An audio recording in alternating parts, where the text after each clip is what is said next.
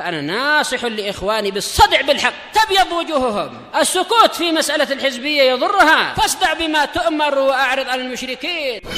سلامي على دماج ورجالها والشيخ يحيى ودار العلم يا سعد بانيها. بسم الله الرحمن الرحيم. الحمد لله وحده ثم الصلاة والسلام على من لا نبي بعده ثم بعد.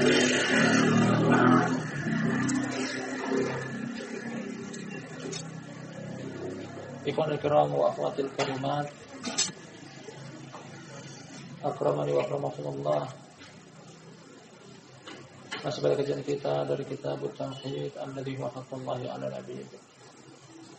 Kita yang mengkaji seputar pengesaan Allah Subhanahu wa taala, yakni ibadah yang merupakan hak Allah yang dituntut dari hamba-hambanya. Tulisan karya Imam Abu Husain Muhammad bin Abdul Wahhab bin Sulaiman An-Najdi At-Tamimi rahimahullahu taala. Judul bab yang masih tengah kita kaji dan masih tersisa masail. Judul bab yang ke-64 dengan bunyi bab la yustashfa billah ala khalqihi. Jangan menjadikan Allah sebagai perantara terhadap hamba-hambanya. Yang maksud perantara adalah bahwasanya ingin meminta kepada makhluk namun menjadikan penghubung, jembatan, perantara antara kita dengan makhluk tersebut Allah Subhanahu wa taala. Ini merendahkan kedudukan Allah. Ini meremehkan posisi Allah.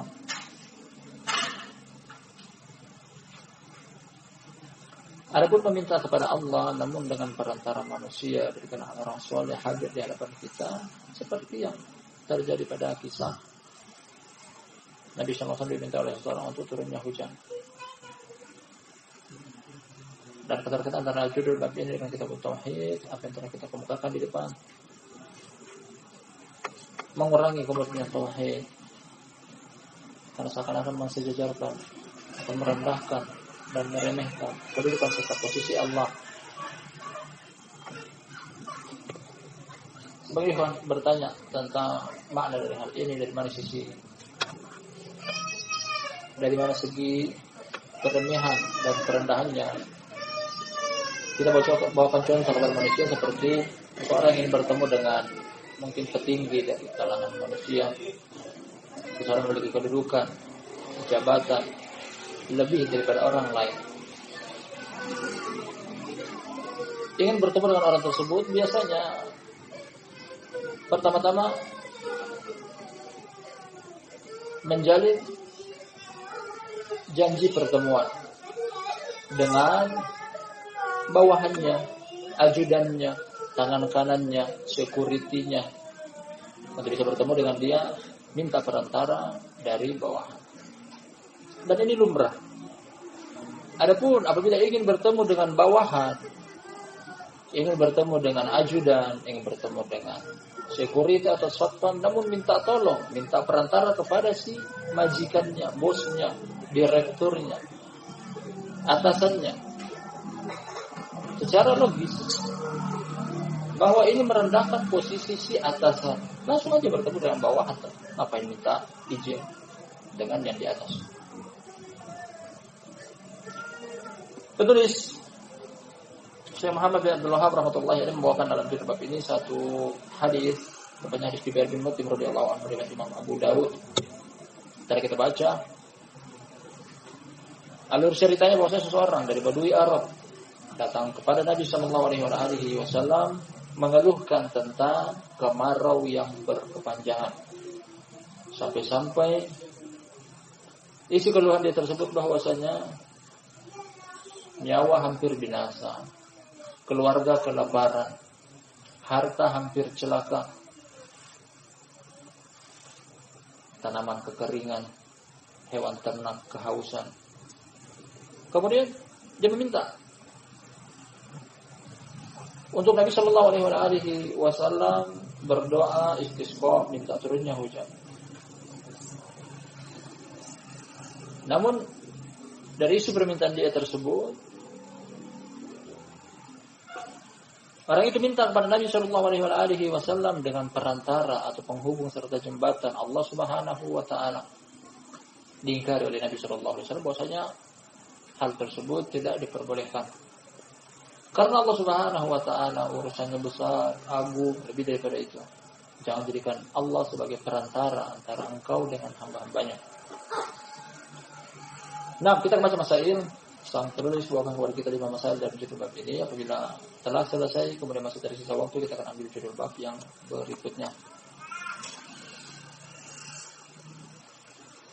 Kata beliau, fihi masail. Poin pelajaran bisa ketik dalam judul bab serta dalilnya. Al-ula yang pertama, ingkaruhu ala man qala nastashfi'u billahi alaih.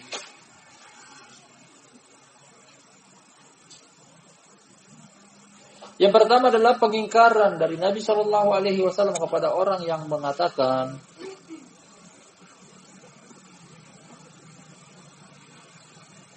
kami minta kepada engkau dengan perantara Allah. Allah dijadikan perantara, dijadikan penghubung. Nah, serendah itu kedudukan Allah, dan ini terlarang.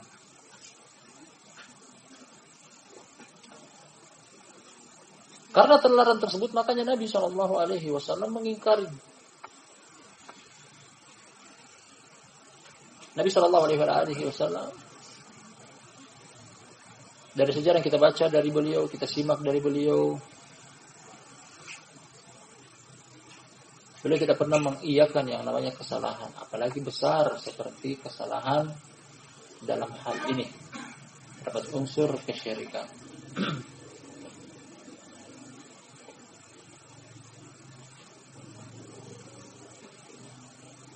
Makanya diingkari oleh Nabi Shallallahu Alaihi Wasallam.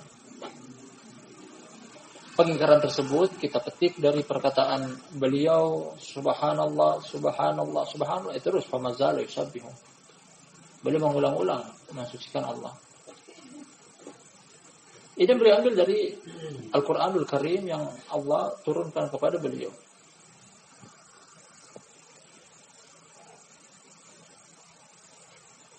Kata Allah Subhanahu wa ta'ala, "Qul hadhihi sabili ad'u ila Allah ala basiratin ana wa man ittaba'ani wa subhanallah wa ma ana minal musyrikin."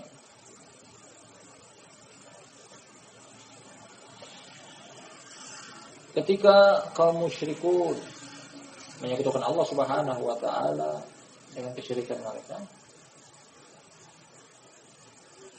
Allah Subhanahu wa ta'ala anjurkan kepada Nabi kita sallallahu alaihi wasallam untuk manalah kesyirikan tersebut yang saya mensucikan. Subhanallah wa ma ana minal musyrikin.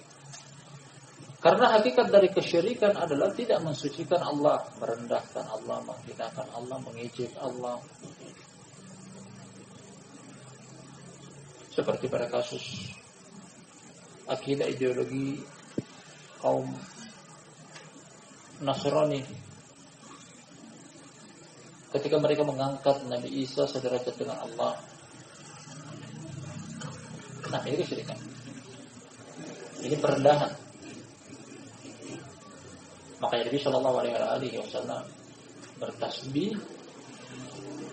sebagai bentuk pengingkaran dan penolakan terhadap orang-orang yang tidak mensucikan Allah dengan kesyirikan. Subhanallah, Subhanallah. 2 kali tertulis atau tertera dalam hadis ini, namun ada keterangan lain bahwasanya famazala yusabbihu. Beliau terus mengulang-ulang ucapan subhanallah ini. Jadi bukan cuma 2 kali sebanyak tertera dalam hadis ini, tapi berulang-ulang. Subhanallah, Subhanallah, Subhanallah. Karena yang beliau dengar barusan dari telinga seorang Badui Arab, dari lisan seorang Badui Arab, ternyata terdapat unsur kesyirikan, yang mana kesyirikan adalah merendahkan, menghinakan, tidak mengagungkan. Beliau bantah, beliau tolak dengan cara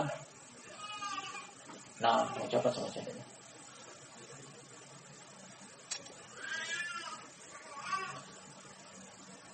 Kalau meminta kepada Allah Subhanahu wa taala, ini hukum asalnya, namun dengan perantara orang soleh, perantara makhluk dari ciptaan Allah Subhanahu wa taala.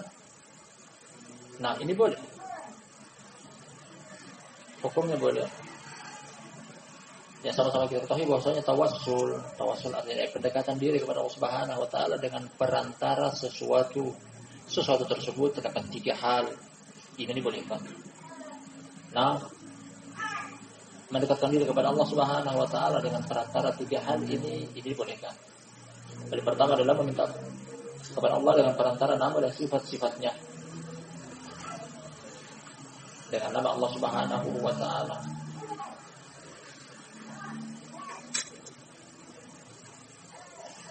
Kemudian yang kedua yang juga dibolehkan, tawassul pendekatan diri kepada Allah dengan perantara amalan saleh.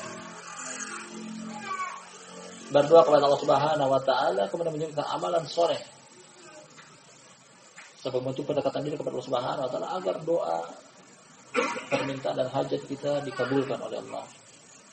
Yang ketiga adalah seperti yang ditunjukkan oleh hadis, berdoa kepada Allah Subhanahu wa taala dengan perantara orang soleh namun dengan catatan masih hidup dan hadir di hadapan kita. Kalau tidak hidup artinya sudah mati, tidak mampu. Kata Allah Subhanahu wa taala,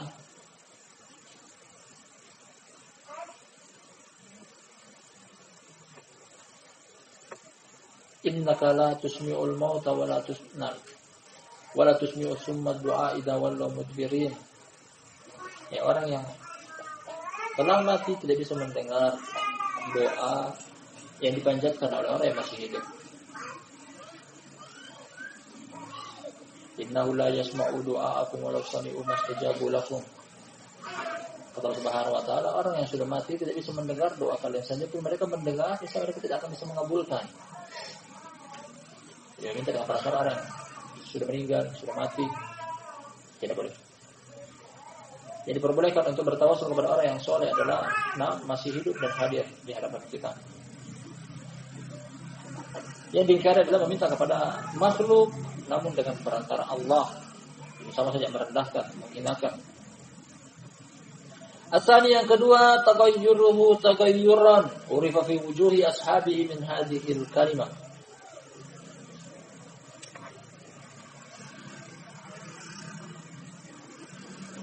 Fawaid yang kedua, pelajaran yang kita bisa petik dari judul bab ini yang kedua adalah perubahan yang serius, perubahan dari Nabi SAW yang terlihat signifikan.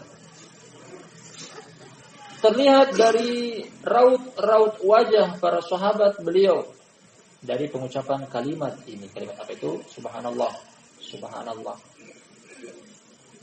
Nah,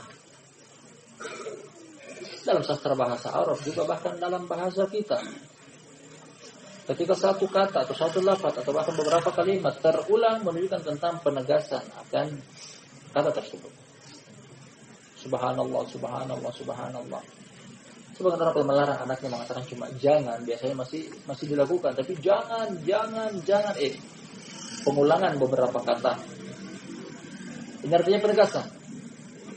Dan para sahabat memahami dari lisanul maqal, dari ucapan Nabi sallallahu alaihi wasallam, subhanallah, subhanallah, subhanallah. Bahwasanya beliau tidak setuju dengan perkataan yang terdengar dari lisannya Badui Arab tadi.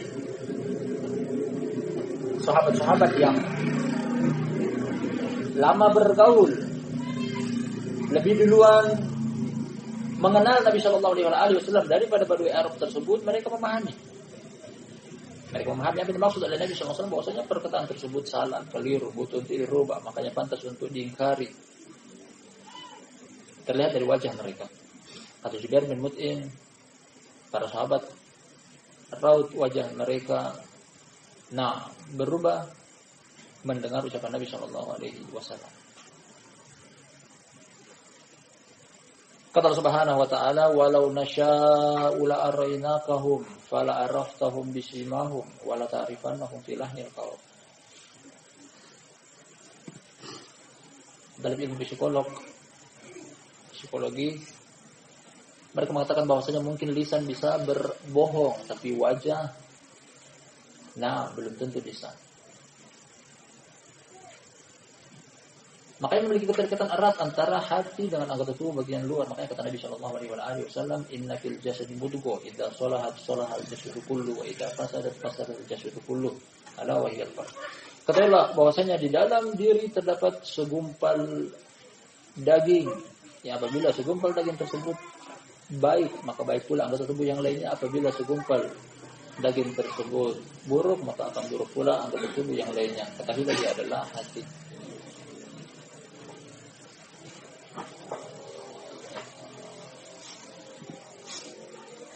Dari hadis ini, para ulama menerangkan serta kumpulan Al-Quran yang datang dalam bab yang sama, bahwasanya apa yang terlintas di hati seseorang akan terlihat dari anggota tubuh dia bagian luar, dan khususnya bagian wajah. Di sana ada mata, ada alis. Makanya orang yang tersedih, orang yang sedih, kebanyakannya meskipun tidak seluruhnya, orang yang sedih biasanya matanya mengucurkan air mata. Sedih dalam hati, tapi ditampakkan oleh raut wajah. Orang yang emosi, marah, memuncak.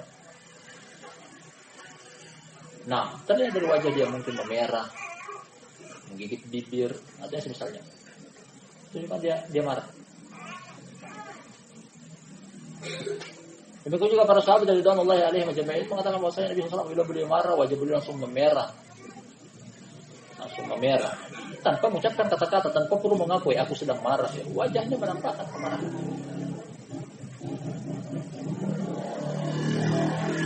Demikian juga dari ayat yang tadi kita baca di depan dari surat Al-Fath.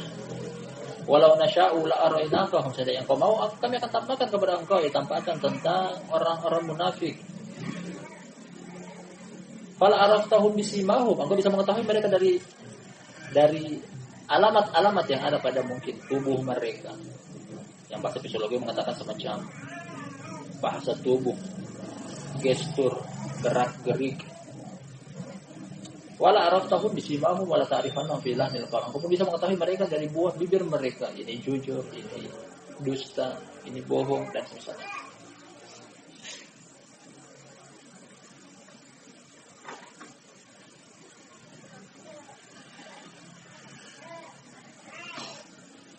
Menurut Jubair bin Mut'im radhiyallahu anhu, terlihat wajah-wajah para sahabat berubah.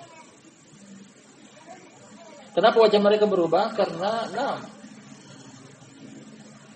ketidaksetujuan Nabi Shallallahu Alaihi Wasallam akan perbuatan tersebut yang mereka ketahui dari pengulangan lafaz Subhanallah, Subhanallah, Subhanallah dari lisan Nabi Shallallahu Alaihi Wasallam. Artinya ini perbuatan yang besar, perbuatan yang berat, perbuatan yang salah, perbuatan yang keliru.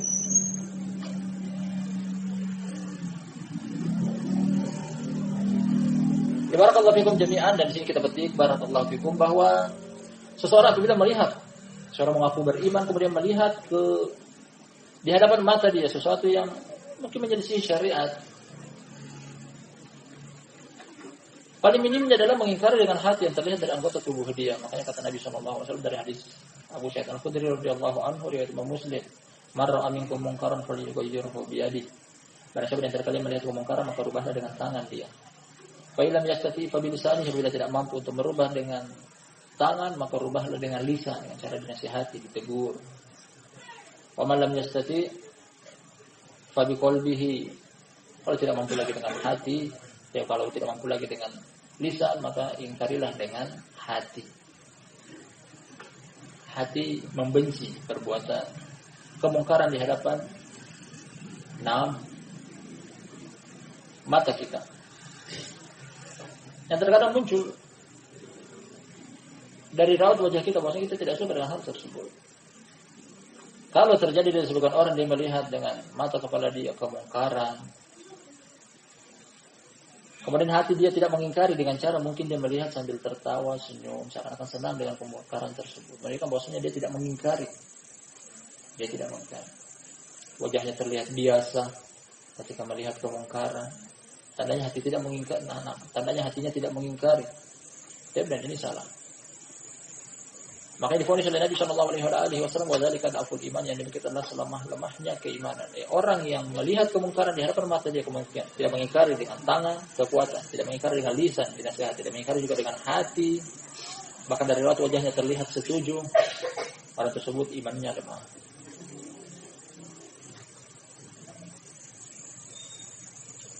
Kemudian, nah ini kata pada masalah berikutnya kita akan baca. As-salisah yang ketiga, annahu lam yunkir alaihi qaulahu nastashfi bika 'ala Allah. Masalah yang ketiga adalah bahwa beliau, yakni sallallahu alaihi wasallam, tidak mengingkari kepada Badui Arab perkataannya nastashfi bika 'ala Allah. Kami meminta kepada Allah dengan perantara engkau. Minta tujuan akhirnya adalah Allah. Hakikatnya minta kepada Allah dengan perantara Nabi Shallallahu Alaihi Wasallam, dan ini boleh. Sebagaimana yang telah kita kemukakan tadi di depan tentang 3 jenis pendekatan diri kepada Allah, tawassul. Yang dibolehkan termasuk adalah meminta kepada Allah dengan perantara 6 orang-orang soleh. Sebagian orang mungkin setelah menempuh metode pengobatan dari penyakit dia tak kunjung datang penyembuhan. Nah, boleh bagi dia untuk datang kepada orang soleh yang kita anggap adalah soleh, ahli ibadah, alim ulama, yang dekat dengan Allah Subhanahu wa taala, terlihat dari diri dia tanda-tanda mengagungkan agama. Nah, dengan perantara 2 orang soleh tersebut, wahai fulan, wahai alim ulama fulan, berdoalah kepada Allah untuk penyembuhan aku, dan ini boleh. Ini boleh. Namun dengan syarat barakallahu fiikum, bahwa yang pertama itu adalah orang soleh, tidak setiap orang. Itu adalah orang soleh. Kemudian orang tersebut masih hidup. Yang berikutnya adalah hadir di hadapan mata kita. Hadir di hadapan mata kita. Nah, bukan orang yang sudah mati, wa ini tidak boleh. Karena dia tidak mampu untuk mendengar, apalagi mampu untuk memberikan jawaban.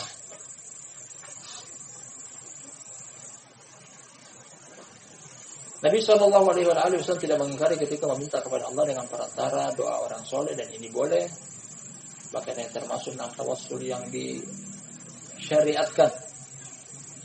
Yang boleh ingkari adalah meminta kepada makhluk, namun dengan perantara Allah. Ar-Rabi'ah yang keempat, at-tanbih ala tafsiri subhanallah. At-tanbih ala tafsir subhanallah. Peringatan tentang makna dari perkataan subhanallah. Kenapa Nabi SAW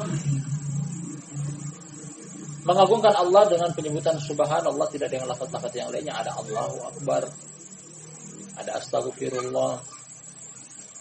Karena momentum yang terjadi adalah Allah Subhanahu wa taala direndahkan posisinya, diremehkan kedudukannya. Terdapat unsur kesyirikan dalam hal ini. Jadi kalau begitu Allah Subhanahu wa taala tidak disucikan. Makanya beliau balas dengan cara mensucikan Allah, mengulang-ulang perkataan tersebut. Subhanallah, subhanallah, subhanallah. Dengan dalil tadi kita katakan di depan bahwasanya subhanallahi wa ma ana minal musyrikin. Lawan daripada kesyirikan yang itu adalah tidak mensucikan Allah Subhanahu wa taala, dibalas dengan cara mensucikan Allah Subhanahu wa taala. Nah, mentauhidkannya dengan ucapan-ucapan semacam ini. Terkadang juga beliau mengingkari dengan perkataan semisal Allahu Akbar. Pada momentum yang sama Allah Subhanahu wa taala disebutui. Ada kisah tentang hadis yang masyhur dengan Zatul Anwat. Para sahabat yang baru masuk Islam di periode Makkah, dan masuk kami di Fathu Makkah. Kemudian mereka berangkat bersama Nabi Shallallahu Alaihi Wasallam, padahal barusan kemarin sore mereka meninggalkan kesyirikan, menuju ke Taif, menuju ke Hunain. Di sana mereka melihat ada pohon yang keramat, rindang, rimbun.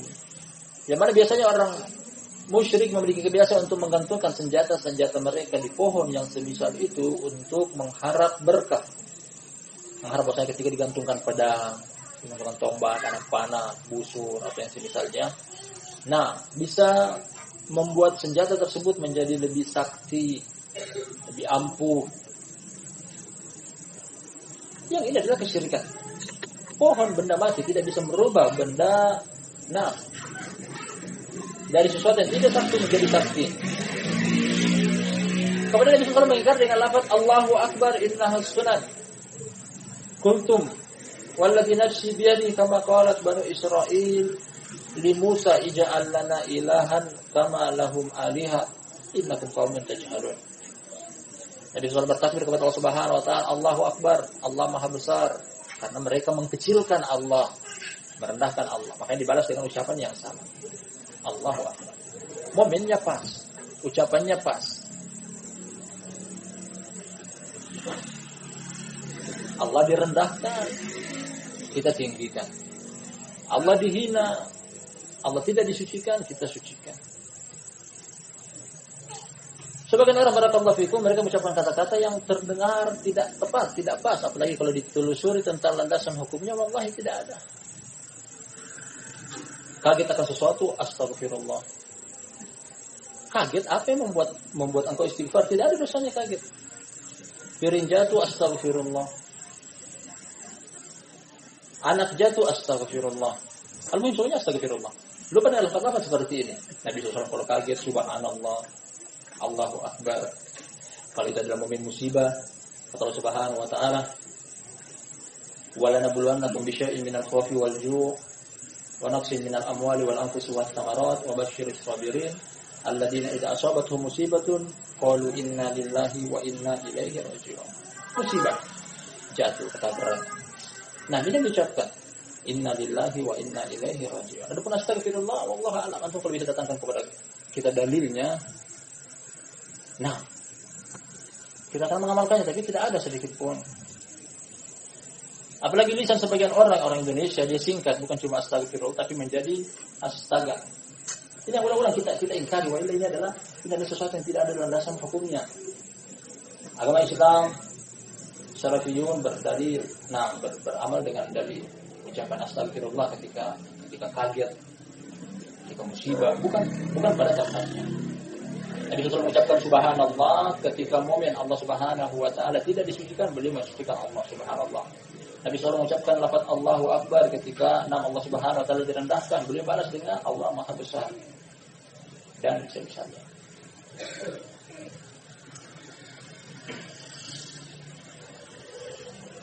Kalau masih sering terucap di lisan kita, wailah berubah.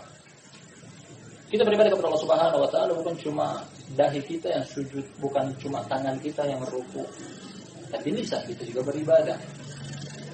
Nah, lisan kita berzikir kepada Allah Subhanahu wa taala dengan lafaz-lafaz seperti ini termasuk berzikir kepada Allah karena menyebut nama Allah Subhanallah, tapi tepat pada tempatnya. Anda tahu sendiri bahwasanya amalan tersebut akan diterima apabila terpenuhi dua syarat. Pertama adalah ikhlas, yang kedua adalah mutaba'ah. Tidak ada mutaba'ah. Tidak ada mutaba'ah. Pernah terjadi Nabi SAW pada suatu ketika, beliau di harinya Aisyah, istri beliau Aisyah, kemudian Sofia binti Huyai, salah satu istri beliau juga mengantarkan makanan. Masakan yang dia masak kemudian diantar ke Nabi SAW, tapi pada harinya Aisyah membawa dengan wadah makanan. Sampai di rumah Aisyah marah. Aisyah jengkel, Aisyah cemburu, bahwasanya ini adalah hari tujuan aku yang melayani Nabi SAW, baik itu dalam hal makan atau pelayanan yang lainnya. Kemudian Aisyah radhiyallahu anha menyentuh tangan Nabi SAW yang sedang memegang tadinya makanan yang datang dari rumahnya Sofia. Disentuh sengaja, kemudian jatuh, pecah. Tak datang hadis bahwasanya beliau bilang astagfirullah. Tak ada lafaz itu. Astagfirullah momen pada kaget, musibah. Barakallahu fikum, tidak ada dalil. Al-khamisah, yang kelima, annal muslimin yas'alunahu sallallahu alaihi wasallam al-istisqa.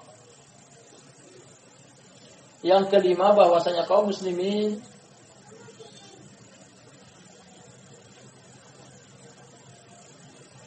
meminta kepada beliau sallallahu alaihi wasallam untuk istisqa. Istisqa artinya adalah meminta turunnya hujan. Istisqa artinya meminta turunnya hujan. Yang meminta dengan perantara doa beliau kepada Allah Subhanahu wa taala. Hakikatnya adalah meminta kepada Allah tapi dengan perantara Nabi sallallahu alaihi wasallam, dan ini boleh. Bukan meminta kepada Rasul, ya Rasul turunkan kami hujan. Sudah lupa dengan Allah Subhanahu wa taala, zat yang menurunkan hujan. Tapi meminta kepada Allah namun dengan perantara. Ini dia. Jadi pembahasan yang sedang kita kaji adalah menjadikan Nabi SAW sebagai perantara untuk minta kepada Allah, dan ini boleh. Yang terlarang adalah meminta kepada Nabi SAW dengan perantara Allah. Ini tidak boleh. Terdapat unsur kesyirikan, makanya diingkari oleh Nabi SAW. Yang lebih parah lagi hanya meminta kepada Nabi SAW kemudian lupa kepada Allah. Nah, yang lebih parah lagi tidak minta kepada Nabi SAW tapi minta kepada pawang hujan. Wahai pawang hujan, turunkan kami hujan. Nah, itu lebih keliru. Atau minta kepada penghuni kuburan fulan. Wahai penghuni kuburan fulan, telah terjadi musim kemarau, pesembelih yang berkepanjangan. Tolong turunkan kepada kami hujan. Wah, ini mereka bisa apa? In tad'uhum la yasma'u du'aakum walau sami'u mastajabu lahum. Kata Allah Subhanahu wa taala, mereka yang di penghuni kuburan, sebagian mereka datang meminta berkah, meminta jodoh, meminta rezeki, meminta apa yang mereka ingin minta. Allah turunkan ayat ini sebagai bantahan kepada mereka. Seandainya kalian meminta kepada mereka, mereka tidak akan pernah mendengar. Seandainya pun mereka bisa mendengar, mereka tidak bisa menjawab apa yang kalian minta. Seandainya, mereka tidak bisa. Berandai-andai bahwasanya penghuni kuburan bisa mendengar, penghuni kuburan bisa menjawab, hal tersebut mustahil. Inti dari bab ini yang telah kita selesaikan, barakallahu fikum, jadi bab yang ke-64 berisikan satu hadis. Hadis Jubair bin Mut'im radhiyallahu anhu riwayat Imam Abu Dawud rahimahullah. Terdapat 5 masail di dalamnya. Intinya bahwasanya bab ini mengajarkan kepada kita untuk tidak merendahkan Allah dengan cara semacam ini. Minta kepada Allah dengan perantara makhluk, hal tersebut boleh. Namun minta kepada makhluk dengan perantara Allah itu sama saja tidak mensucikan Allah. Itu bentuk merendahkan dan menghinakan Allah, menggugurkan tauhid. Kita akan baca judul bab yang berikutnya.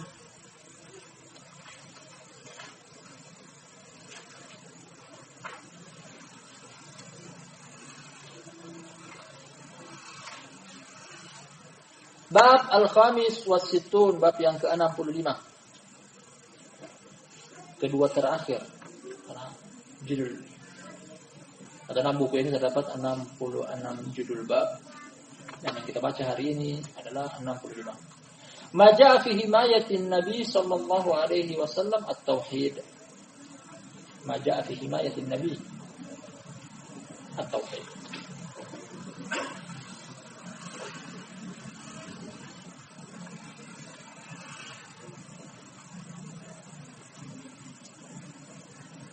Ma ja'a fi himayatin Nabi sallallahu alaihi wasallam hima at-tauhid.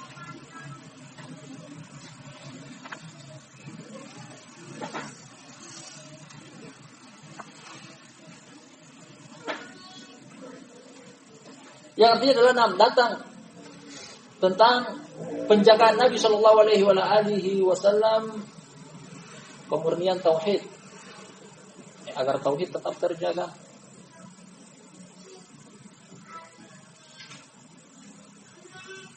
Agar tauhid tetap terjaga. Wasaddu turkihi asy-syirk, serta beliau menutup pintu-pintu yang mengantarkan kepada kesyirikan. Tepat beliau jadikan bab ini sebagai beberapa bab penutup terakhir setelah beliau panjang dan lebar menerangkan tentang ini termasuk tauhid, ini termasuk syirik, ini termasuk syirik, ini termasuk syirik. Bagi perbuatan ataupun perkataan. Jadi judul bab yang terakhir. Kabar berikut dengan judul bab ini bahwasanya bukan cuma sekedar meninggalkan tauhid, bahkan mendekati tauhid serta menempuh jalan-jalan yang mendekati syirik atau menempuh jalan-jalan yang mengantarkan kepada kesyirikan itu pun telah dicegah oleh Nabi sallallahu alaihi wasallam. Jadi judul bab ini mengajarkan kepada kita tentang Nabi sallallahu alaihi wasallam mencegah kemurnian tauhid dengan cara jalan-jalan yang mengantarkan kepada kesyirikan, beliau tutup. Jangan didekati, jangan menengok padanya, jangan terlintas pikiran kita untuk mengamalkannya kesemuanya. Kan ada kata Dita mengatakan bahwasanya mencegah lebih bagus daripada mengobati. Sebelum terjerumus ke dalam jerat-jerat kesyirikan yang pada saat terjerumus ke dalamnya sangat sulit untuk terangkat darinya. Oleh karena itu menjauh, membiasakan diri di atas kebaikan adalah hal yang baik. Sebagaimana membiasakan diri di atas keburukan adalah kebiasaan yang buruk. Karena seorang sudah terbiasa dengan keburukan, akan sulit bagi dia untuk meninggalkan keburukan tersebut. Sebagaimana seorang yang sudah terbiasa dalam kebaikan, Apabila kehilangan satu kebaikan tersebut, dia pun akan merasa risih, gelisah. Karena kehilangan kebaikan. Anda tahu sendiri bahwasanya sebagian orang, ketika kecanduan sesuatu yang mungkin maksiat, dia akan meninggalkannya sangat sulit. Butuh tahapan, butuh waktu yang tidak pendek untuk menghilangkan hal tersebut. Ada merokok, kalau kebiasaan merokok kemudian ingin ditinggalkannya, luar biasa susahnya. Makanya sebelum terjadi, jangan didekati. Kita akan bacakan dalilnya dalam bab ini. Adapun keterkaitan judul bab ini dengan kitab tauhid sangat jelas sekali, karena di dalam judul ini terdapat satu lafaz yang berbunyi tauhid. Pencegahan dari Nabi SAW, kemudian tauhid serta menutup pintu-pintu yang mengantarkan kepada kesyirikan. Jangan mendekat kepadanya, jangan menengok kepadanya, jangan terbetik dalam pikiran kita untuk terjerumus ke dalamnya. An Abdullah bin Syikhir radhiyallahu anhu qala. Dari Abdullah bin Syikhir, semoga Allah meridainya, dia berkata, "Intalaqtu fi wafdi Bani Amir ila Rasulillah sallallahu alaihi wasallam." Kata Abdullah bin Syikhir, kami pernah bertolak, pergi menuju kepada Nabi sallallahu alaihi wasallam. Pada rombongan dari Bani Amir, datang dari Bani Amir, nama kabilah, satu kampung, pergi menuju ke Rasulullah SAW di kota Madinah. Datang sebagai duta dari Bani Amir. Fakulna, kami katakan, anta sayyiduna. Faqala as-sayyid Allah tabaraka wa ta'ala. Kami katakan kepada beliau, engkau adalah pemimpin kami. Adalah pemimpin kami. Bentuk pujian dari mereka, namun ternyata berlebihan dan diingkari oleh Nabi SAW. Kemudian beliau mengatakan, faqala as-sayyidu Allah tabaraka wa ta'ala. Sayyid adalah Allah tabaraka wa ta'ala. Sayyid adalah Allah. Peingkaran ini maksudnya beliau tidak setuju dengan lafaz tersebut. Kulna, kami katakan lagi, afdaluna fadlan wa a'zamuna tulan. Kami katakan lagi, wahai Rasulullah, engkau adalah orang yang paling mulia di antara kita, yang paling besar kedermawanannya di antara kita.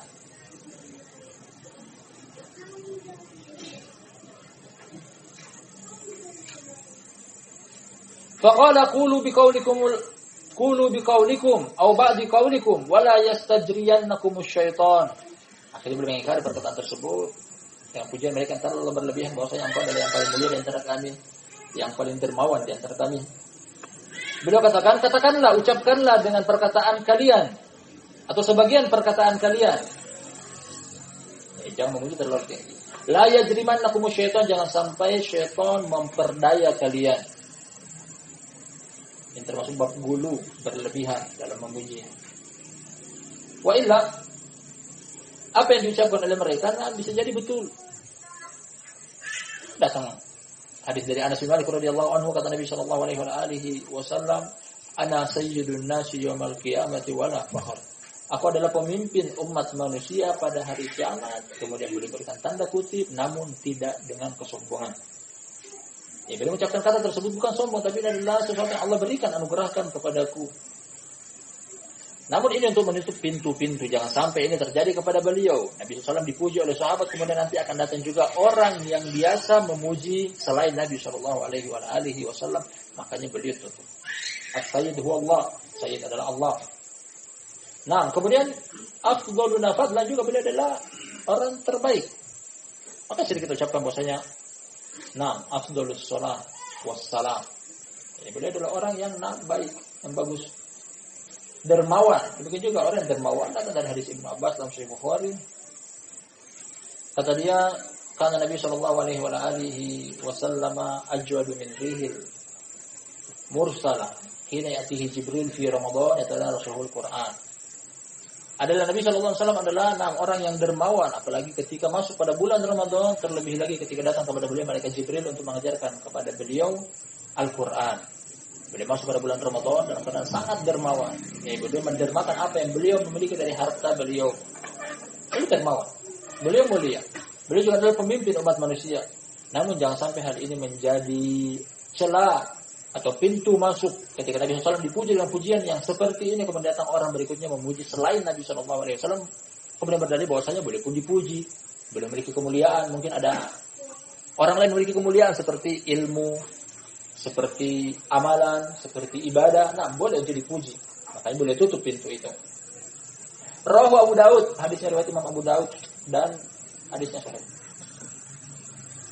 Keterkaitan antara judul bab dengan hadis yang barusan kita baca, Nabi SAW menutup pintu-pintu tersebut. Jangan sampai datang selain para sahabat kemudian memuji selain Nabi SAW, kemudian jadikan sebagai dalil bahwasanya boleh dipuji dan boleh sedang untuk dipuji.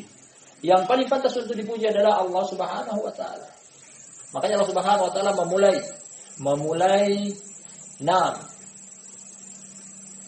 surat yang paling agung di dalam Al-Qur'an di antara 114 surat Al-Fatihah dimulai dengan Alhamdulillahi Rabbil Alamin. Segala puji bagi Allah, seluruh pujian di alam semesta ini tertuju kepada Allah Subhanahu wa taala tanpa terikat dengan waktu apapun. Makanya Allah datangkan dengan isim artinya tidak berkaitan dengan satu waktu tertentu.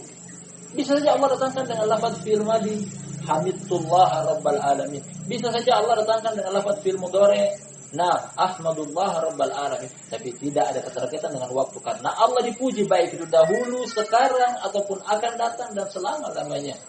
Allah adalah zat yang pantas untuk dipuji. Yang lainnya tidak. Karena sedangkan mereka memiliki pujian, terkadang pujian tersebut pada makhluk yang tidak sempurna, pujiannya pun akan kurang. Bisa jadi orang pada hari ini imannya kuat, besok lemah, pujiannya pun jadinya tidak tepat. Nah, bisa jadi orang ini dia melakukan amalan kebaikan, besok dia melakukan amalan keburukan. Maka bisa jadi pujian tersebut ya cocok hari ini, tapi besok tidak. Karena yang paling pantas untuk dipuji selama-lamanya, daiman, amadan, sarbadan, mutatabi yaumil qiyamah, Allah tabaraka wa ta'ala. Adapun selain beliau dan tidak. Tentang kata yang indah dari Abu Bakar Siddiq radhiyallahu anhu sepeninggal Nabi sallallahu alaihi wasallam. Saya disebutkan bahwa ketika dia diangkat menjadi khalifah sebagai pengganti kedudukan dan posisi Rasulullah sallallahu alaihi wasallam sebagai pemimpin, mereka memuji sebelum naik berbicara di Saqifah, semacam aula atau tempat pertemuan ketika Abu Bakar As-Siddiq radhiyallahu anhu dibaiat oleh para sahabat seluruhnya, dimulai dari kaum Muhajirin, kemudian disusul dengan kaum Ansor dan seterusnya. Dia dipuji dengan pujian yang dia sendiri tidak menerimanya. Pujian-pujian yang dikatakan bahwasanya engkau adalah orang yang paling mulia di antara kami, lebih daripada yang lainnya, engkau adalah orang yang pertama masuk Islam, bersahabat dengan Nabi SAW yang paling lama di antara kita, dan seterusnya. Setelah dipuji tersebut, dia naik ke atas mimbar. Sebelum mengucapkan apa yang ingin dia ucapkan dari pidato kekhalifaannya dia mengucapkan, Allahumma la tu'akhidni bima yaqulun waj'alni khaira mimma yadunnun waghfirli mimma la ya'lamun. Kata Abu Bakar Siddiq radhiyallahu anhu mengatakan bahasanya, ya Allah, jangan engkau menghukum aku apa yang terlalu mereka memuji aku. Ya Allah, jadikanlah aku sebaik-baik apa yang mereka persangkakan. Ya Allah, jangan engkau. Ya Allah, ampunilah aku terhadap apa yang mereka tidak ketahui dari kesalahanku. Ungkapan yang sangat tulus.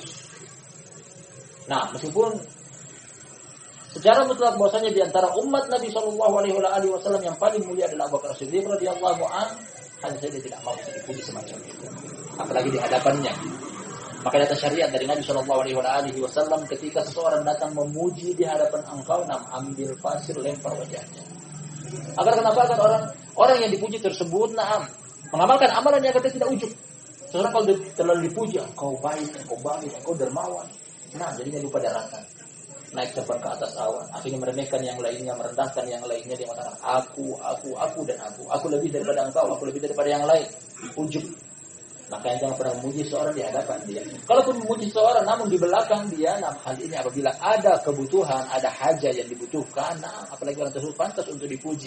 Ambil ilmu dari si fulan, dia orang yang baik, orang yang bagus dan seterusnya. Tapi kalau di hadapan dia bisa lupa daratan.